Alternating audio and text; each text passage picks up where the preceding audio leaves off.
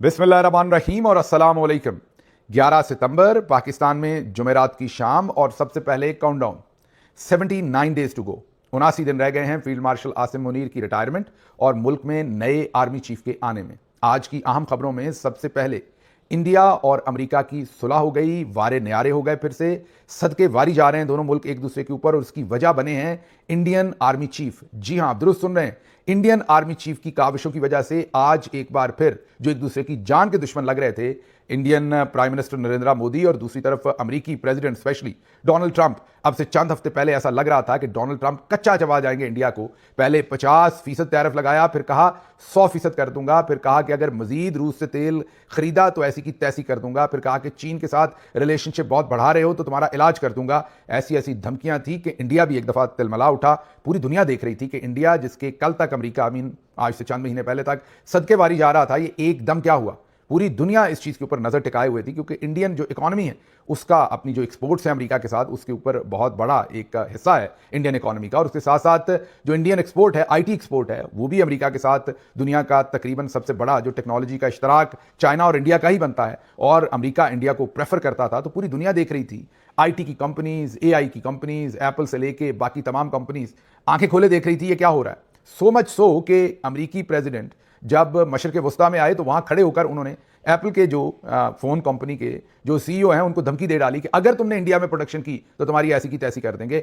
बिल्कुल एक दूसरे के मुखालिफ खड़े थे और फिर इंडियन आर्मी चीफ ने जादू चलाया और सब रिलेशनशिप नॉर्मल कर दिया। अब आप सोचते होंगे इंडिया में तो बाकायदा जमहूरियत है, हमारी तरह army chief all in all नहीं है, वहां पर कैसे हो सकता है ऐसा। इंडियन आर्मी चीफ को तो इजाजत ही नहीं है बाहर के मुल्कों को ज्यादा मुलाकातों की और अपने पैर फैलाने की, तो क्या वहां भी कोई फील्ड मार्शल आ गए हैं या उन्होंने कोई गुरमुखी हमारे फील्ड मार्शल साहब से सीख ली है। तो इंडियन आर्मी चीफ ने क्या किया तो मैं आपको बताता हूं। हालात बिल्कुल वैसे ही थे जैसे पाकिस्तान में थे। इमरान खान साहब ने भी कोशिश की थी अपने रिलेशनशिप्स को बैलेंस करने की, और इमरान खान साहब ने कोशिश की थी कि चाइना के साथ भी रिलेशनशिप रहें, रशिया के साथ भी हमारे रिलेशनशिप अच्छे हों, और अमेरिका के साथ भी रिलेशनशिप रहें, और पाकिस्तान एक इंडिपेंडेंट सॉवरन नेशन के तौर पर अपने इंटरेस्ट में इन सब के साथ अपने जो रिश्ते हैं उनको मजबूत करे या चलाए। लेकिन जैसे ये सूरत हाल बनी, एक तरफ हमारे आर्मी चीफ जनरल बाजवा ने, जो कि बहुत ही कमीनगी की हद तक कमीनापन करते थे, एक तरफ इमरान खान साहब को कहा कि रशिया जाना बहुत ज़रूरी है क्योंकि हमें दिफाई कुछ पुर्जे भी चाहिए और मामलात भी चाहिए, इसके अलावा गंदम चाहिए, तेल चाहिए, तो हमारे लिए बहुत ज़रूरी है कि आप रशिया जाएं। इमरान खान साहब ने जाने से पहले तमाम स्टेक होल्डर्स को वज़ीर आज़म हाउस में बुलाया, जिसमें मिलिट्री की साइड भी थी, फॉरेन ऑफिस भी था, साबिक फॉरेन सेक्रेटरीज भी थे, फॉरेन मिनिस्टर्स तमाम, और जर्नलिस्ट, बड़े बड़े जर्नलिस्ट थे। उन सबसे जब ये पूछा तो सबने यक जुबान कहा कि हाँ, आपको रशिया जाना चाहिए। जैसे ही इमरान खान रशिया पहुंचे, पीछे से जनरल बाजवा ने अमेरिका को कहा कि मेरी तो चलती नहीं है, ये खुद गया है, आप इसका इलाज कर लें। अब इंडिया में भी ऐसे ही हालात हुए। इंडिया में जब सदर ट्रंप ने टैरिफ्स लगाने की कोशिश की और थोड़ा रेस पर पांव दबाया, तो इंडिया ने अपना मसल फ्लेक्स किया और चाइना और रशिया के दौरे किए, और चाइना और रशिया की कुर्बत के ऐलानात भी तकरीबन किए, और विजिबली इंडियन प्राइम मिनिस्टर जो कभी चाइना नहीं गए थे पिछले बहुत सारे सालों में, वो वहां जा पहुंचे और जफ्फियां पपियां हुई वहां पर इंडियन प्राइम मिनिस्टर और चाइनीज प्रेसिडेंट के दरमियान, जिस पर सदर ट्रंप ने जल भुन कर एक दो ट्वीट भी किए। अब यहां फर्क इंडियन आर्मी चीफ का है। अगर वहां पर जनरल बाजवा होते तो अभी तक नरेंद्र मोदी का तख्ता उलट चुके होते। अभी तक जो राज्यसभा या लोकसभा है उसके जो मेंबरान हैं उनको किसी, यहाँ पर सिंध हाउस है तो वहाँ पर कोई केराला हाउस होगा, कोई और हाउस होगा, उसके अंदर वोटर्स की खरीदो फरोख्त जो है वो जारी होती, और लोकसभा या राज्यसभा के जो मेंबर्स हैं उनको खरीद कर मोदी की गवर्नमेंट जो है उसको पलटाया जा चुका होता। मोदी के ऊपर इद्दत में निकाह का केस बन चुका होता, और चलें उसकी बीवी नहीं है तो किसी लड़के के साथ केस बना देते, और उसके साथ साथ उसके मजहबी अकायद के ऊपर भी केस बनाते, कोई घड़ी कोई छड़ी उसका केस भी बनाते, तरह तरह के केस, साइफर उसके आईएसआई के साथ ताल्लुकात वहां से निकाल देते कि वो आईएसआई का एजेंट है या सीआईए का है। तो सोचें, अगर एक जनरल बाजवा ना होने की वजह से इंडिया के अंदर क्या हुआ। अगर उनके पास एक जनरल बाजवा होता, सिर्फ एक जनरल बाजवा जो इंडियन आर्मी चीफ होता, तो सोचें आज हालात क्या होते। जनरल बाजवा के ना होने की वजह से वहां पर हालात ये हुए कि इंडिया मजबूती से अपनी पोजीशन पर खड़ा रहा। उन्होंने अमेरिकी धौंस धमकी के आगे झुकने से इनकार किया। उन्होंने चाइना के साथ भी रिलेशनशिप अपने मजीद स्ट्रेंथन या रिफ्रेश किए, और उन्होंने रशिया के साथ भी किए। और यही वजह थी कि जब सदर ट्रंप ने देखा कि मामला नहीं चल रहा, इंडियन आर्मी चीफ भी मसाला नहीं चुक रहे, तो उसके साथ ही सदर ट्रंप के अब ट्वीट आना शुरू हो गए कि नरेंद्र मोदी, मैं सदके जाऊं वारी जाऊं, मेरा तो ये बेस्ट फ्रेंड है।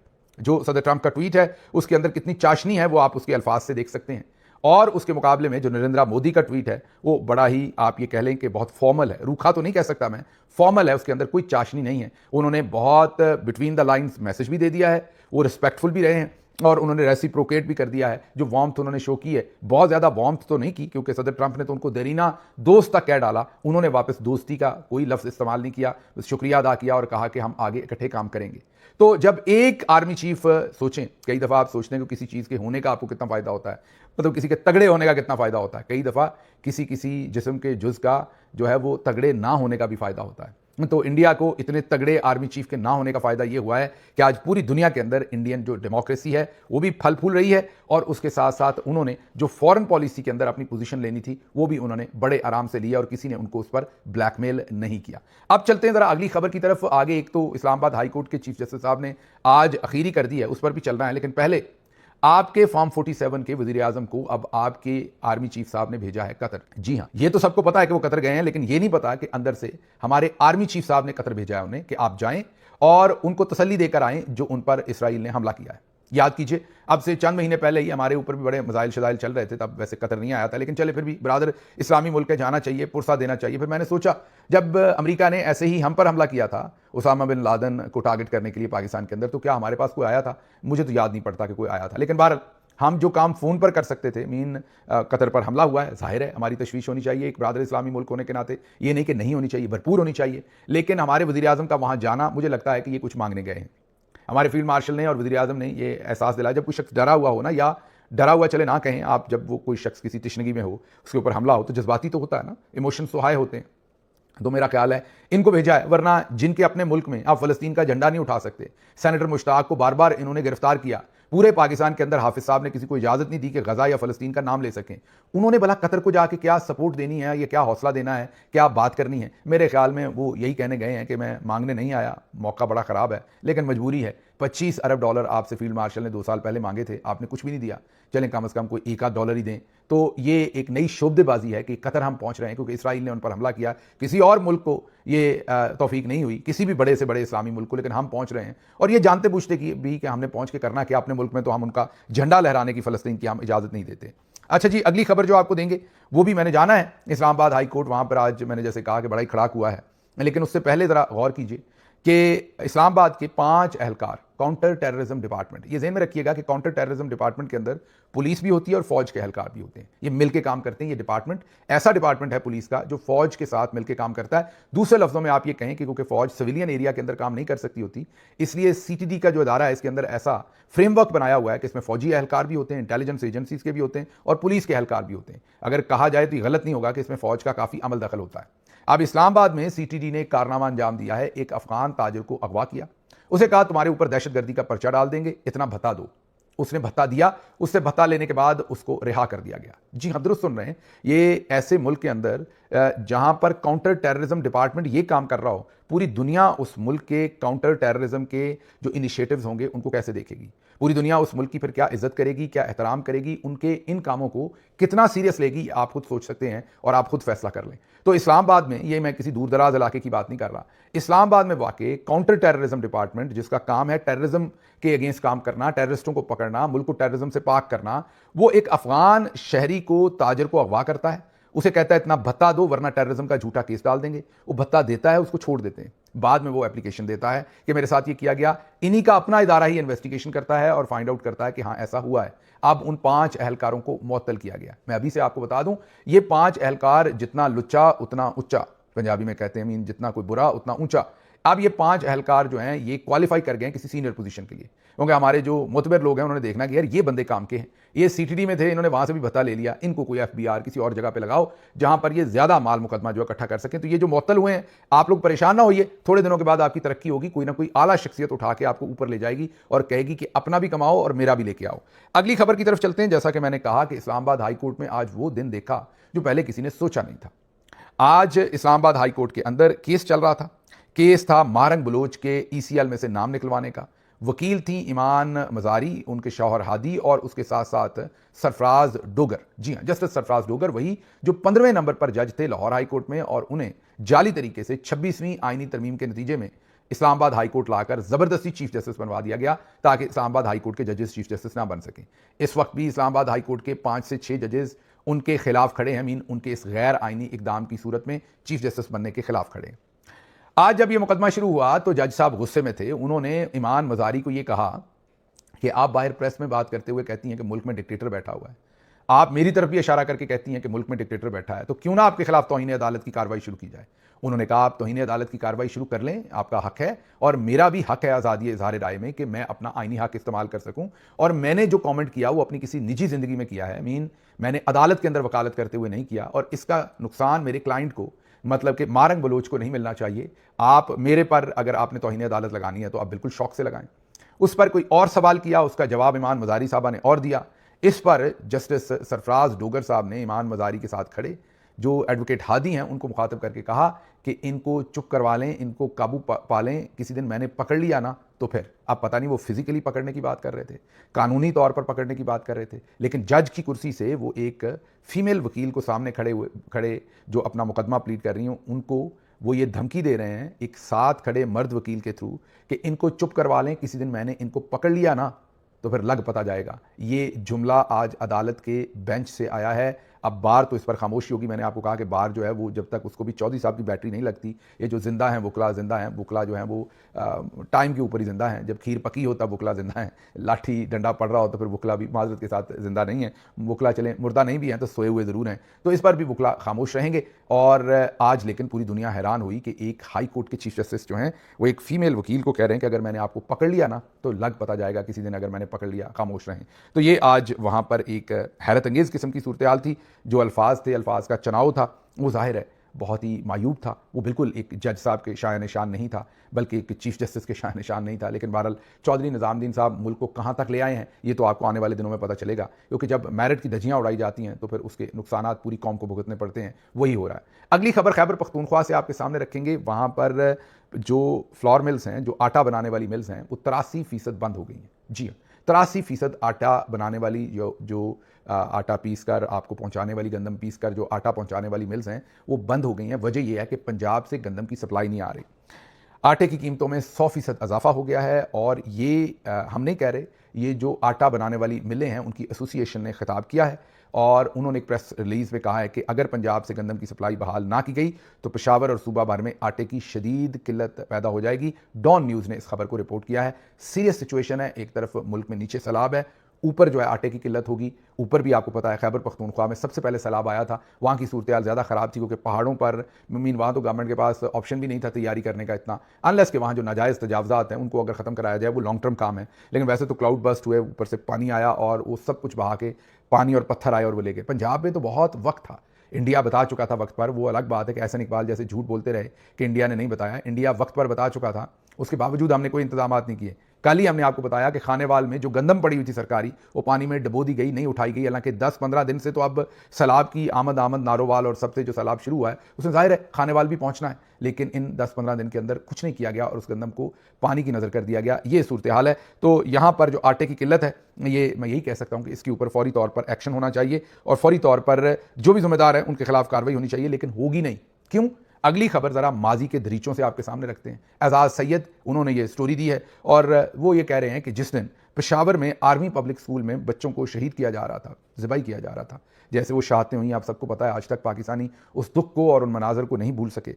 वो कह रहे हैं कि ऐन उसी दिन, उस वक्त जनरल राहील शरीफ सैकड़ों एकड़ अराजी अपने नाम ट्रांसफ़र करवाने में बिजी थे। अब याद होगा आपको, जाने की बातें जाने दो, शुक्रिया राहील शरीफ, ये बैनर लगे हुए थे।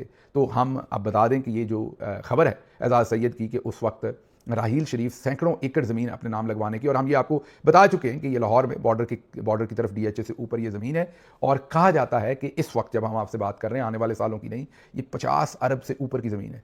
ना सिर्फ इन्होंने ज़रूरी ज़मीन अपने नाम ट्रांसफ़र करवाई, बल्कि इन्होंने उस ज़मीन की जो टाइप होती है, मतलब उस पर काश्तकारी सिर्फ हो सकती है या रहाइश भी हो सकती है, इन्होंने उसे तब्दील करवाया। वो टर्म्स हैं ग्रीन, ब्राउन, सकनी, डिफरेंट किस्म की उसकी टर्म्स हैं। बहरहाल मुख्तसर तरीके में आपको बता दूं कि जो ग्रीन लैंड है, जिस पर सिर्फ काश्तकारी हो सकती है, फार्मिंग हो सकती है, उसको जब सकनी में ट्रांसफ़र कर देते हैं तो मतलब उस पर रहाइश भी हो सकती है, जिसका मतलब उस पर रहायशी कॉलोनियाँ भी काटी जा सकती हैं। ये अभी थोड़ी थोड़ी, शुक्रिया राहील शरीफ साहब को शर्म आ रही होगी, आने वाले दिनों में आप देखेंगे वहाँ वहाँ पर कॉलोनियाँ भी कटेंगी और हो सकता है वहाँ पर कोई फार्म हाउस वगैरह बन भी गए हों और आने वाले वक्त में आप देखेंगे क्या कुछ बनता है। तो अब ये नहीं पता कि सिर्फ राहील शरीफ साहब का शुक्रिया अदा करना है या बाद में भी आपने ये भी देखा होगा कि राहील शरीफ साहब बड़ा जप्फी शप्पी डाल के फील्ड मार्शल आसिम मुनीर साहब के साथ अभी भी फिरते हैं, उनके इन तमाम कामों को भरपूर तरीके से इंडोर्स करते हैं। तो जब आप कहते हैं कि ये कोई एक दोस्त ऐसा निकला है तो ऐसा नहीं है, जेड़ा पन्नो वही लाल है, जिसको मौका नहीं मिलता वही बाज आता है, बाकी सब अपना अपना काम पूरा डाल के जाते हैं। तो ये जो राहील शरीफ साहब थे, इनको सारे शरीफ सा आदमी, पहलवान सा बंदा, सीधा सा बंदा, शहीदों के खानदान से एक आया हुआ सोल्जर समझते थे। देख लें जो गेम वो डाल के गए हैं वो शायद किसी और ने सोची भी ना हो। अगली खबर की तरफ चलते हैं जी। अगली खबर ये है कि अदालती फैसले की बेतौकीरी, और बेतौकीरी ये हुई है कि सुप्रीम कोर्ट का जो आईनी बेंच था उसने ये जब मिलिट्री कोर्ट्स को ये इजाज़त दे दी थी कि वो सिविलियंस को सज़ा दे दें, हालांकि बहुत बड़ा गैर आइनी काम किया था, बड़ा ही मैं ये कहूँगा माजरत के साथ हरामीपन किया था वो आइनी बेंच ने। वो अल्ताफ़ भाई कहते हैं ना कि मुल्क में इस टाइम हरामीपन चल रहा है, तो वही हरामीपन किया था इन मोअज़्ज़ज़ जज साहबान ने जब सिविलियंस को मिलिट्री कोर्ट्स में से जो सज़ा थी उसको जायज़ करार दे दिया था। लेकिन साथ साथ एक फैसला किया था कि हुकूमत 45 दिन में कानून साजी करे कि मिलिट्री कोर्ट्स में से जिन सिविलियन को सज़ा हुई है वो अपीलें कर सकें उसके खिलाफ हाई कोर्ट्स में जाके।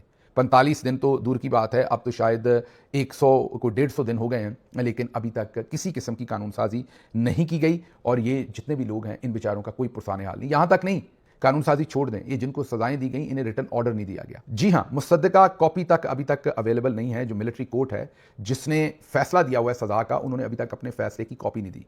आज ही हसन खान न्याजी, माँ का दलेर बेटा नौरीन खानम साहबा का, जो 10 साल की सज़ा काट रहा है मिलिट्री कोर्ट्स में से, उसे सज़ा मिल चुकी है।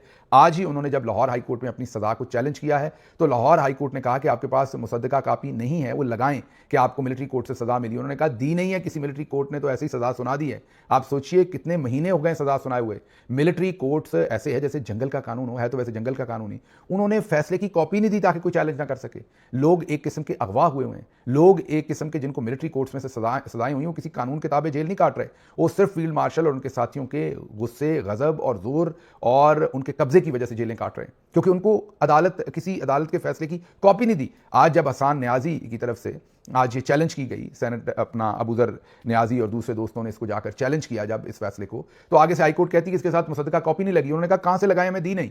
अब अदालत ने 16 सितंबर के लिए शायद नोटिस किए हैं फेडरल गवर्नमेंट को कि आए बताएं आपने अभी तक फैसले की कॉपी क्यों नहीं दी। तो ये जो हरामीपन किया था माजरत के साथ हमारे आईनी बेंच ने, ये जो गैर आईनी फैसला दिया था, सिविलियन को सुपुर्द कर दिया था मिलिट्री कोर्ट्स के, और साथ कहा था 45 दिन में हुकूमत कानून साजी करे। 150 दिन गुजर गया, हुकूमत के कान पर जूं नहीं रेंगी और ना ही उनके कान पर जूं रेंगने वाली है। अभी आज ही ट्वीट किया है मुस्तफ़ा नवाज खोखर साहब ने, उन्होंने कहा कि अब तक आईनी बेंच के कुछ बड़े कारनामे, शहरियों की जाती जिंदगी बारे जो कॉल रिकॉर्ड्स और मालूमात हासिल करने का जो इख्तियार गलत तौर पर इस्तेमाल हो रहा था, जिस पर जस्टिस बाबर सत्तार ने कान खींचे थे हमारे प्यारे पाह हफीजुर रहमान मेजर जनरल साहब के, आपको याद है उन्होंने लिखकर झूठ बोला था, एफिडेविट देकर झूठ बोला था सुप्रीम कोर्ट में, उस पर इसी बेंच ने स्टे ऑर्डर दिया। उसके बाद मिलिट्री ट्रायल्स की तौसीक की, आईनी तरमीम को लटका दिया, मखसूस नशस्तों के फैसले के जरिए हुकूमत को 2/3 अक्सरियत दी। तो मुस्तफ़ा नवाज खोखर पूछ रहे हैं कि आईनी बेंच पूछ रहा है और खिदमत कोई साढ़े लाइक, मतलब इससे आगे को हरामीपन करना है तो वो भी आप बताइए, हम वो भी कर देते हैं। मतलब कि कोई ऐसी जगह नहीं है जहां पर ये लोग रुक रहे हैं। खबरें और भी थीं लेकिन मुझे यहां से इजाज़त दीजिए। अल्लाह आपका हामी और नासिर हो। पाकिस्तान जिंदाबाद।